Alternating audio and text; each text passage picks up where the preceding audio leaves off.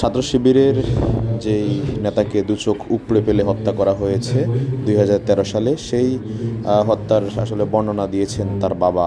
তার ছোট্ট শিশুকে কীভাবে হত্যা করা হয় সেটি তিনি জানিয়েছেন। সেই হৃদয় বিদারক ঘটনা গতকাল তিনি তুলে ধরেছেন। গতকাল বিশ্ব মানবাধিকার দিবসে ছাত্র শিবিরের নিহত প্রায় 239 জন শহীদের প্রত্যেকেরই তথ্য তুলে ধরে ছাত্র শিবির।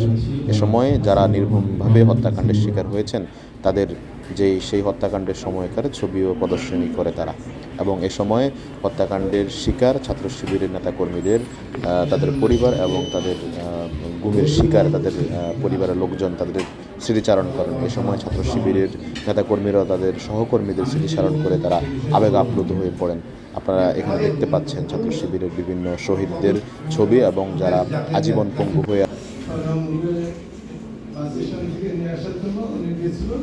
সেখান থেকে আর কি স্বামীকে ধরে নিয়ে যায়।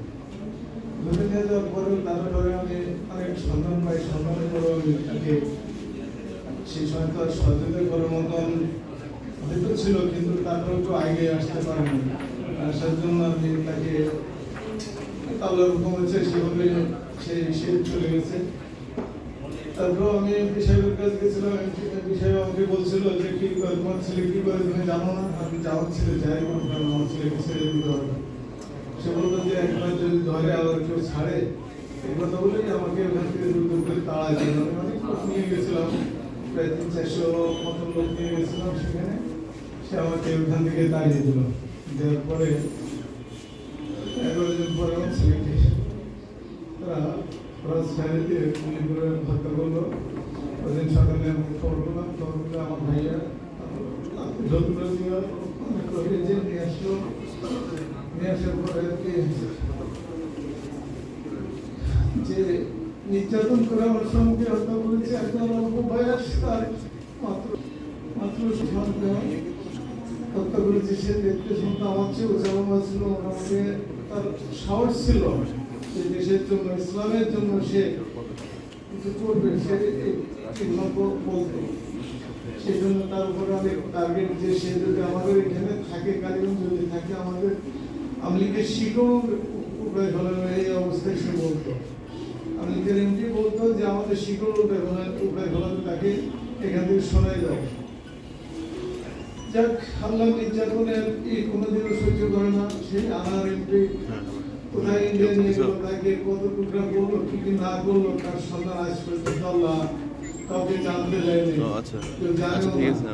তাকে একটা নিরুদ্দেশ করে হলেন। তারপরে যে তার সহযোগী করছে তাকেও তার আপন কুটুম আপন শ্বশুরে মিলে উপায়ে তাকেও কুকুরের মতন হয়েছে। নির্যাতন আল্লাহ কখনো সহ্য করে না। আমরা তো নিষ্পাপ শিশু, তাদেরকে মানুষ করেছিল একরকম, তাদের উপরে এখন আমাদের ভর ছিল, কিন্তু সেই তারা হতে দেয়নি। আল্লাহর কাছে এই কি বলছে যে আল্লাহ দুনিয়ার উপরে যে কিছুটা বিচার আমি দেখেছি আল্লাহর কাছ থেকে, যে আল্লাহ সেই বিচারের কিছুটা কি করেছে। সে আমি অনেক সুখে করে আল্লাহর কাছে আল্লাহ যে সোহান নির্দোষ ছিল, একটা নিষ্পাপ, মাত্র 17 বছর 6 মাস 17 বয়স ছিল তার। সেই সময় তাকে তুলে নিয়ে হত্যা করলো। অনেকের কাছে গেছিলাম ওই সময় এসের জন্য যে আমার ছেলেটাকে একটু আপনারা সুপারিশ করেছিলেন। আমাকে অনেকেই করছিল যে না, এখান থেকে আপনি চলে যান, আমাকে খেলায় খেলায় করে দিচ্ছিল। আমি সেখান থেকে চলে এসে আল্লাহর কাছে করছিলাম, আল্লাহ তুমি ছাড়া তার কেউ নাই, তোমার উপরে সব কিছু। 11 দিন পরে 11 দিন পরে আমার সঙ্গে আমি সেই পালামাকে অনেক দূরে মাঠে, প্রায় আমার বাড়ি থেকে 20-25 কিলোমিটার দূর, সেখান থেকে নিয়ে আসলাম। তারপরে যে আর কি আল্লাহ আমাকে দিচ্ছে, অসুস্থ এবং আল্লাহ সুস্থ করে। আসসালামু আলাইকুম।